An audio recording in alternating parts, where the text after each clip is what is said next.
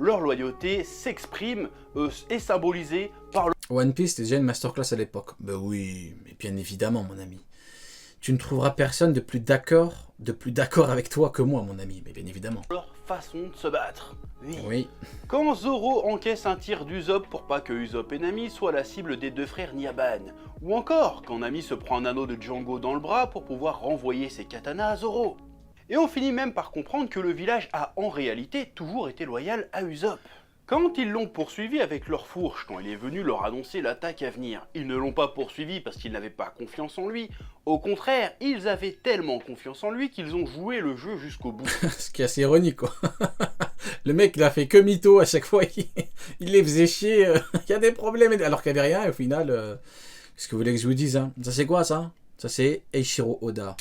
J'en veux pour preuve la fin, quand tous les habitants se retrouvent en retard ou se retrouvent à s'impatienter. Ah, il est bon, parce que ce matin-là, Usopp, le menteur du village, n'est pas venu hurler ses mensonges dans les voisinages. Il l'aimait, leur mytho du village. Ouais. Et après, quand on apprend qu'Usopp a commencé à mentir pour essayer de réconforter sa mère mourante... Alors là, rien à voir, hein, mais bon, on peut avoir un petit débat parallèle. Pas sur la mère d'Usopp, hein, je vous assure, je vous rassure. Mais ayons un débat sur l'escroquerie qu'est Yasopp. Je chuchote là, parce que parce que voilà, il y a une grosse fanbase Yasopp et tout, mais c'est pas un petit peu un père indigne, un petit peu Yasopp. Faudra en parler à l'occasion. Oh, c'est encore plus beau, c'est émouvant, putain. J'adore le personnage d'Usopp, je crois que c'est mon personnage préféré pour l'instant. Pour moi, c'est le GOAT. Voilà pour ah ouais. Ton perso préféré, c'est Usopp, et pour toi, c'est le GOAT. C'est un peu le Krillin de One Piece. Non, il fait semblant, non. Tu peux pas préférer à... Bon après, comme on dit, c'est les goûts, voilà. Les goûts et les couleurs, ou comme dirait l'autre, il y a une éducation au goût. Mais non, il fait semblant. Tu peux pas préférer Usopp à Zoro. Luffy, je peux comprendre. Mais Zoro... Non, le chef, tu fais semblant. Non, tu fais semblant, le chef. Arrête.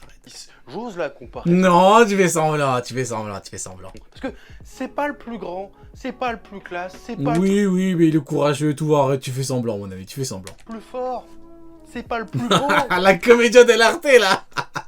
Mais, sans aucun doute, c'est le plus loyal, Oui, le plus humain, oui. le plus généreux. Oui, c'est le meilleur personnage de tous les temps. Oui, on connaît la chanson. Tu fais semblant, mon ami. Et dans un sens aussi, le plus courageux. Et c'est pour ça que Luffy l'a pris dans son équipage. Pas pour sa puissance, pas pour son savoir-faire, parce qu'en vrai, il sert pas à grand-chose en vrai dans l'équipage. Usopp, c'est un canonnier, il a jamais de bataille navale. Il l'a pris avec lui parce que c'est quelqu'un qu'il respecte. Oui. C'est aussi le premier personnage que Luffy rencontre, en dehors de Shanks bien sûr, qui partage sa vision de la piraterie. Luffy trouve qu'il a tellement tout compris qu'il ne lui propose même pas de rejoindre l'équipage. Il lui dit Ouais. Tu fais partie de l'équipage. C'est incroyable ça. Ouais, c'est incroyable.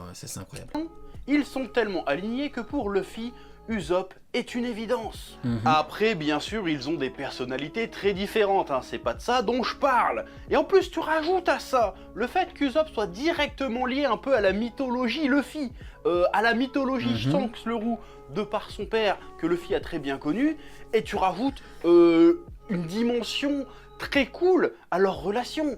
T'aurais bien aimé avoir des batailles navales. Franchement, pour moi, c'est pas nécessaire. Hein.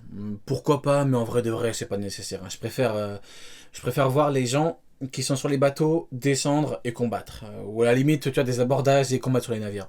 Pour moi, bataille navale, on aurait pu en avoir. Pour moi, ça me fait ni chaud ni froid. Hein. Pour moi, honnêtement, c'est pareil. Pour moi, c'est pas nécessaire, honnêtement.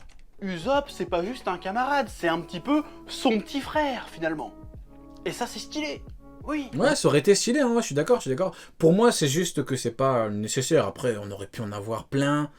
Voilà, en plus, c'est sur Oda, il est fort partout, donc il aurait pu faire un truc de fou dans tous les cas. Je trouve aussi qu'on grimpe... Après, on en a eu, hein. Il y en a eu des batailles navales, hein. Faut pas dire qu'il y en a eu zéro. Il y en a eu dans l'œuvre. Mais, bon, en gros, je dis juste que pour moi, c'est pas nécessaire, quoi. Puissance avec les méchants. Oui. Le capitaine Kuro. Il est là, le capitaine Kuro. Quel acteur, ce mec.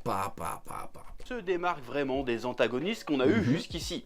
Avant lui, tous les méchants étaient plus ou moins cartoonesques. Ouais, le spectacle continue avec Baggy. Apogée étant Baggy le clown.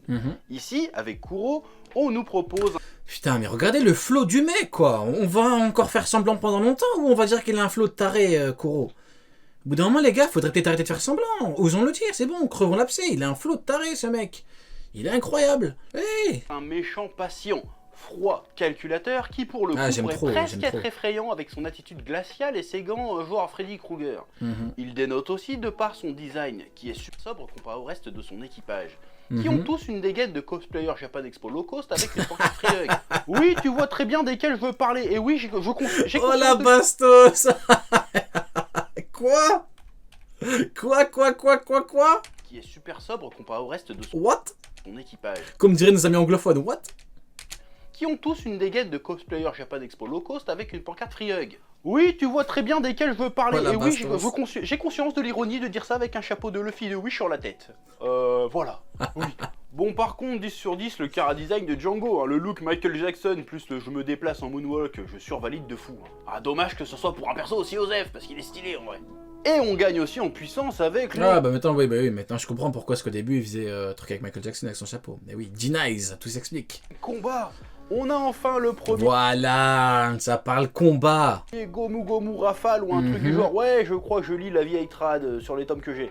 Et des attaques spéciales de Zoro. Et on dirait que Luffy est un petit peu en difficulté. Vous voyez comment il est bon, Luffy? Vous voyez? Il est conscient de son point faible, du coup il utilise l'environnement pour pallier à ce problème qu'il a vis-à-vis des lames. C'est pas une dinguerie? Qu'est-ce que vous voulez que je vous dise? Au bout d'un moment, mon kid Luffy, arrête de faire semblant. Hein. Pas ça, Kuro. Je dis bien un petit peu, parce que Mhm. globalement, il lui défonce la gueule. Regardez quoi, il a pété ses lames. Il a utilisé l'environnement, il lui a pété ses lames. Genre Kuro, son principal outil, c'est ses lames. Et il est arrivé, il a pété ses lames. C'est vite quand même. C'est peut-être le truc qui commence un peu à casser les couilles.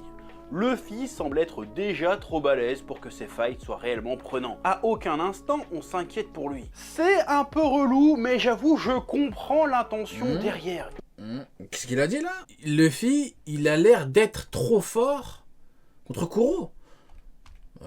Pour moi, à partir du moment où tu vois que Kuro pouvait à tout moment le détruire avec ses lames, le découper, parce que justement, là où l'auteur est fort, c'est qu'il nous a au préalable expliqué justement que le gros point faible de Luffy, c'est les lames. Il a justement fait des lames à Kuro. C'est pas Zoro qui l'a combattu, malgré le fait qu'il ait des lames. Luffy, à tout moment, il aurait pu justement se faire démonter. Il a même eu besoin d'utiliser l'environnement. Pour moi, c'est pas trop facile pour lui. La gueule assez Après, vite. bon, là, pour le coup, c'est comme avec Dofla, là, c'est un peu du ressenti. Pour moi, j'ai l'impression que ça a l'air trop facile pour lui.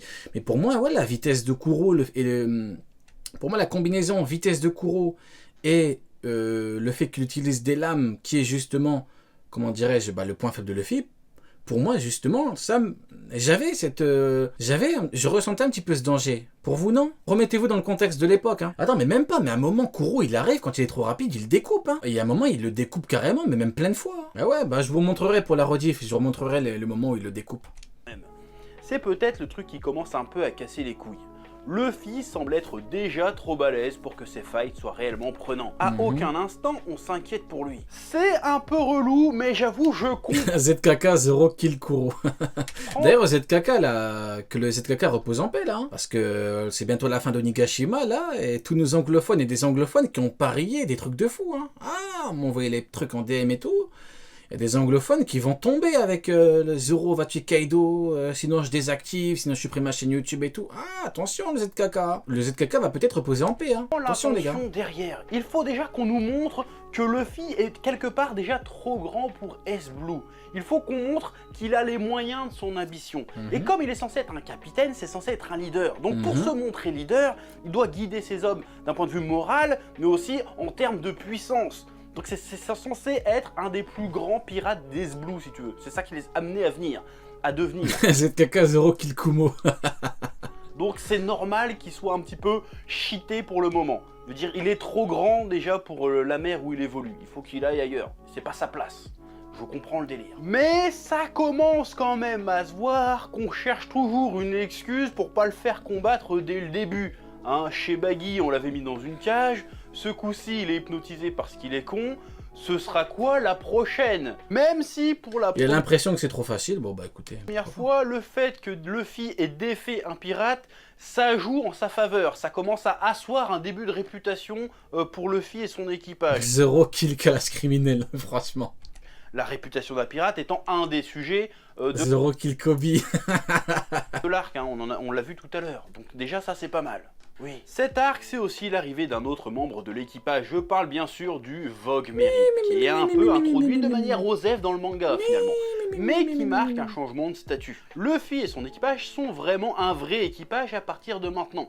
Et j'ai vraiment hâte de redécouvrir vers quelles aventures ils vont voguer ensemble. Ouais.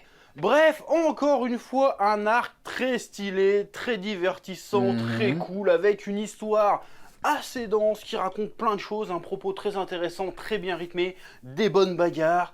Voilà, pour l'instant, les arcs de One Piece me régalent et j'ai franchement hâte, comme je viens de le dire, de redécouvrir ou de découvrir la suite. Eh ben, très bonne conclusion, non? Masterclass, la conclusion ou pas? Il dit que tout est bon, bon combat, bon scénario, il y a de bons événements. Qu'est-ce qu'il a dit d'autre? Voilà, plein de choses, un propos très intéressant. Un propos très rythmé, intéressant, des bonnes très bien rythmé. bagarres.